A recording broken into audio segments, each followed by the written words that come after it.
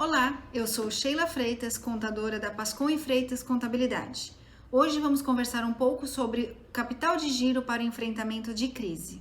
No novo cenário em que estamos vivendo da Covid-19, controlar o capital de giro para enfrentar a crise é essencial à saúde e até mesmo à sobrevivência do negócio. Nesse momento, recursos em caixa funcionam como uma reserva para cobrir as despesas da empresa durante esse período de redução de faturamento ou até instabilidade econômica. A preservação do capital de giro é primordial, principalmente para as micros, pequenas e médias empresas que não dispõem de um fôlego financeiro. Vamos falar um pouco agora sobre algumas dicas para a gente controlar o capital de giro, enfrentar a crise de frente e sair dela cada vez mais forte. O que é capital de giro? Qual é a sua importância? Bom, vamos lá. Capital de giro é o dinheiro que a empresa precisa no dia a dia para sobreviver. Para pagar suas contas, as despesas, aluguéis, funcionários. Por isso, se trata de valores que são usados a curto prazo e são essenciais para a manutenção das atividades do negócio. Com a redução do faturamento, fica difícil evitar a inadimplência, quitar as folhas de pagamento, dar continuidade nas operações.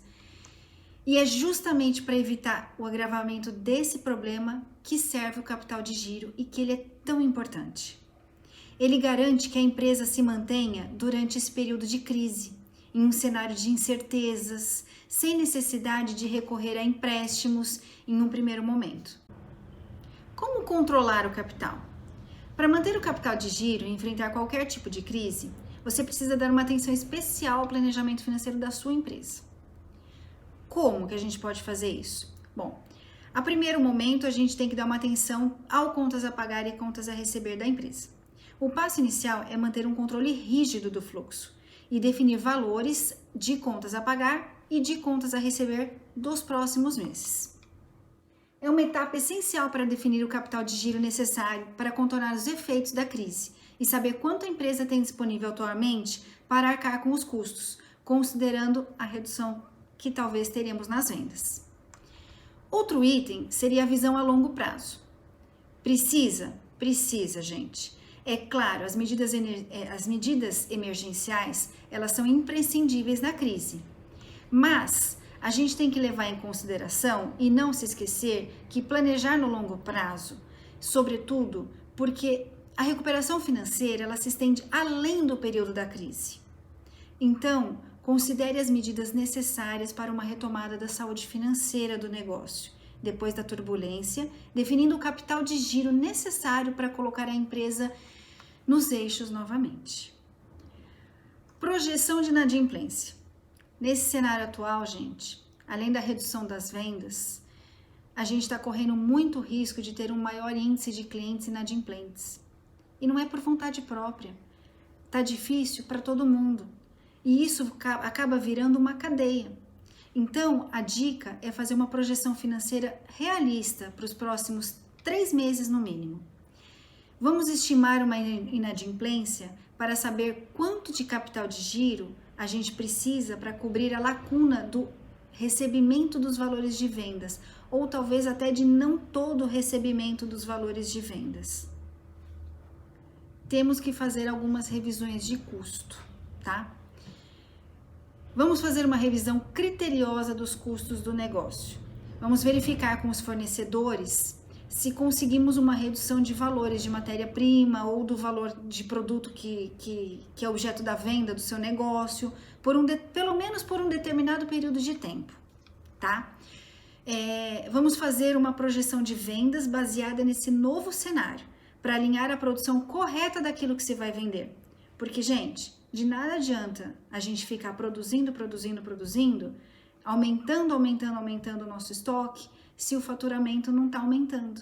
A gente só vai gastar mais e ficar com o estoque parado na empresa, certo?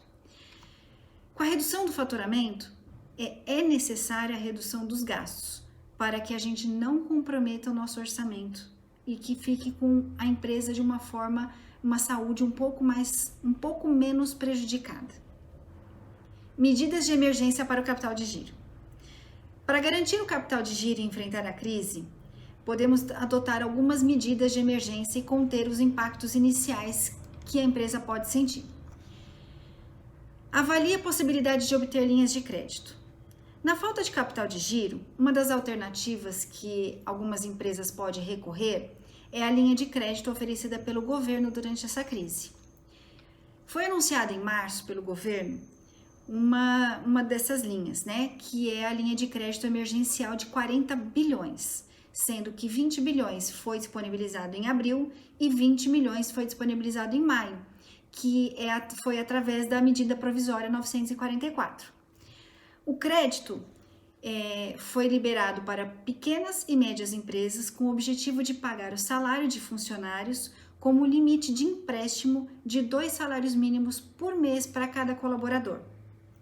Uma das outras medidas anunciadas também pelo governo e que também já está em andamento é o auxílio emergencial de R$ 600 para trabalhadores informais, para os autônomos e microempreendedores individuais, que são os MEIs, e para os desempregados.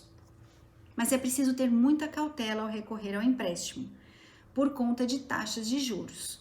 O ideal é fazer isso, em último caso, se realmente houver necessidade. Renegocie dívidas. Para evitar a inadimplência, também é importante renegociar as dívidas. Negocie com parceiros, fornecedores, credores para facilitar o pagamento. Dessa forma, diminuir os impactos no capital de giro. Se você deve para banco, liga para eles, entre em contato para chegar a um acordo com condições de pagamentos um pouco mais vantajosas, com prazos maiores ou com uma taxa de juros um pouco menor. Considere redução de jornada de trabalho. Com os problemas financeiros ocasionados por essa crise, a alternativa para muitas empresas é demissão de funcionários, infelizmente. Mas se for possível, evite isso. Não só porque os colaboradores dependem do emprego, mas porque eles são importantes para a sobrevivência da sua empresa, do seu negócio. Além do custo de demissão, que envolve não somente o pagamento dela em si, como a gente já viu em outras matérias do nosso blog. Uma alternativa é recorrer à MP 936, que permite uma redução de jornada de trabalho e salário proporcional, de colaboradores. A partir dessa medida, o empregador pode conceder uma redução proporcional de jornada e salário, ou até mesmo suspender temporariamente por meio de acordo com o empregado o contrato de trabalho por 90 dias para evitar demissões. Parte da remuneração do funcionário será completada pelo governo, tendo como base o seguro-desemprego. Mas é preciso ficar atento a essas regras da MP, porque mesmo com o valor concedido pelo governo, o funcionário pode ter uma queda significativa na remuneração dele. Nossa empresa tem profissionais altamente qualificados nas áreas contábeis e fiscais. Estamos à disposição para ajudá-los em quaisquer dúvida que vocês tiverem. Estamos em todas as redes sociais, um site completo, cheio de novidades, um blog atualizado semanalmente, só para vocês ficarem bem atualizados. Sigam, compartilhem, curtam nossas redes sociais. Desejo sucesso a todos. Fiquem com Deus.